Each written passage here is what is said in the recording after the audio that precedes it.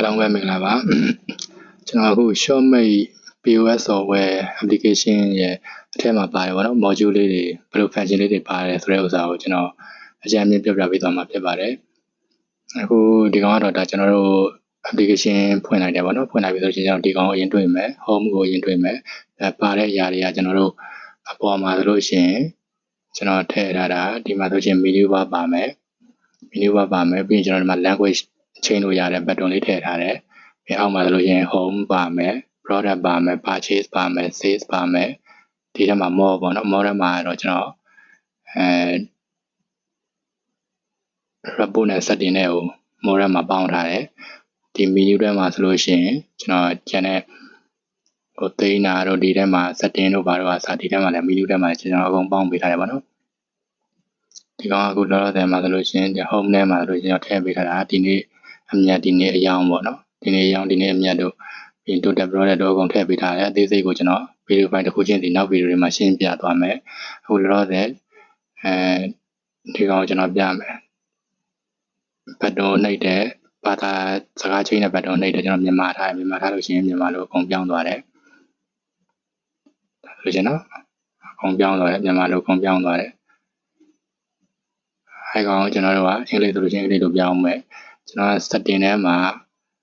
ကျွန်တော် live mode နဲ့ demo mode နဲ့နှစ်ခုသုံးထားပြီပေါ့နော် theme ကိုတော့ကျွန်တော် live mode ချိန်နိုင်မယ် live mode ချိန်နိုင်ရင်ဒါအမဲအောင်ဖြစ်မှာပေါ့နော်ဒီ setting ထဲမှာကျွန်တော်ကိုယ်ပိုင် sign ချက်လက်တွေကျွန်တော်ဘာသာထားကျွေးတာတွေဒီ live mode demo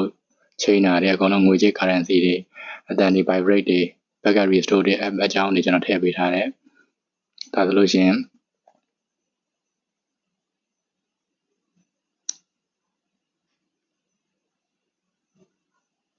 ဒီက home ပင်မှာပေါ့နော် home ထဲမှာပါမယ်ဒီကောင်ကဒီထဲမှာကျွန်တော်တို့ report ဆိုလို့ရှိရင်အစီရင်ခံစာပေါ့အစီရင်ခံစာကိုထောက်လိုက်လို့ရှိရင်အစီရင်ခံစာကျွန်တော်ကဒီထဲမှာလည်းထည့်ပေးထားတယ်ဒီကနေဝင်လဲရတယ်အစီရင်ခံစာဒီထဲမှာဝင်ပြီးတော့ဒါကျွန်တော်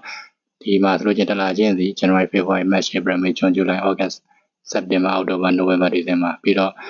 ရောင်းအားအကောင်းဆုံးပစ္စည်းတွေနောက်ဆုံးပေါင်ချပေါ့နော်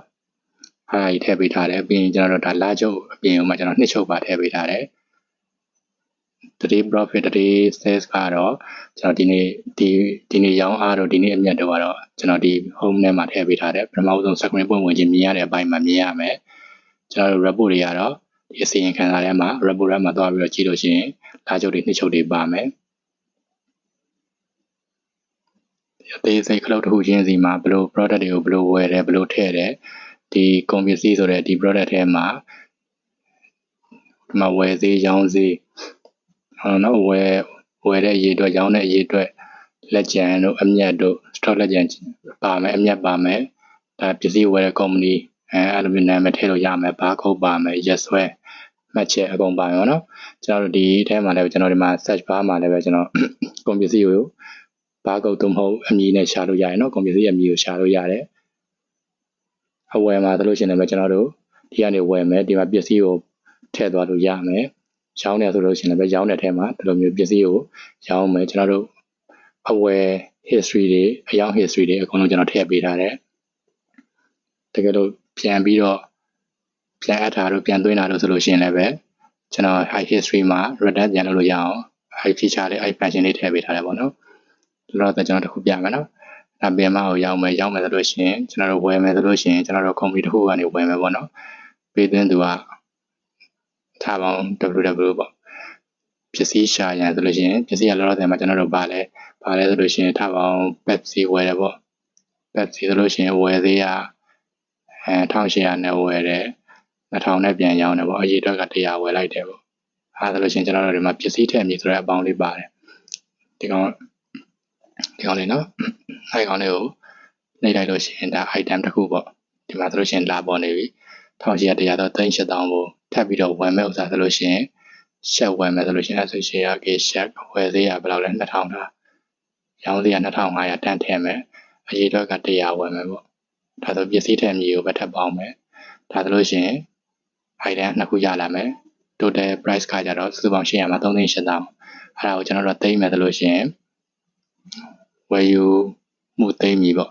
အဲ့ဒါလေးနဲ့သိမ်းလိုက်ပြီဆိုလို့ရှိရင်ကျွန်တော်တို့ဒီမှာ history ထဲမှာ purchase history ဝယ်တဲ့ history ထဲမှာဘာဝယ်တယ်အစား ပေါင်ရှာ history ပါပြပေးထားတယ်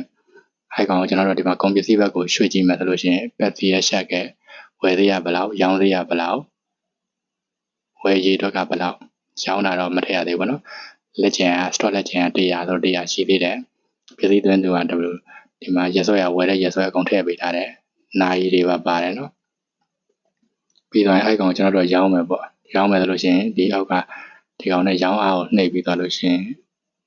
ရောင်းမယ်ဆိုလို့ရှိရင်တော့ပစ္စည်းကတဘူးလာဝယ်တယ်ဆိုလို့ရှိရင်ကျွန်တော်တို့ကဒီမှာပစ္စည်းအရေးတွေအောက်မှာများလာပြီဆိုလို့ရှိရင်ကျွန်တော်ကုန်ပစ္စည်းရှာဖို့အတွက်ကိုကျွန်တော်ပြီးတစ်လုံးရရင်ပစ္စည်းပေါ့နော်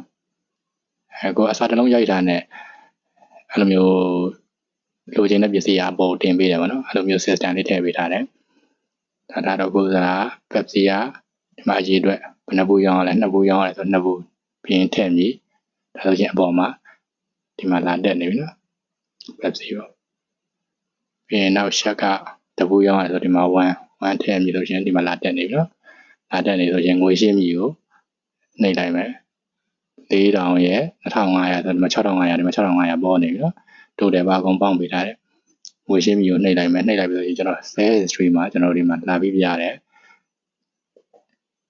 ဘာယူတယ်ဘာဘယ်နှဘူးဆိုတဲ့ quantity တွေပါအကုန်ပါတယ်အဲ့ဒါကိုကျွန်တော်ဒီဘက်မှာကွန်ပျူတာထဲမှာသွားကြည့်မယ်ပြန်ပြီးတော့ဇယားထဲမှာသွားကြည့်မယ်ဆိုလို့ရှိရင်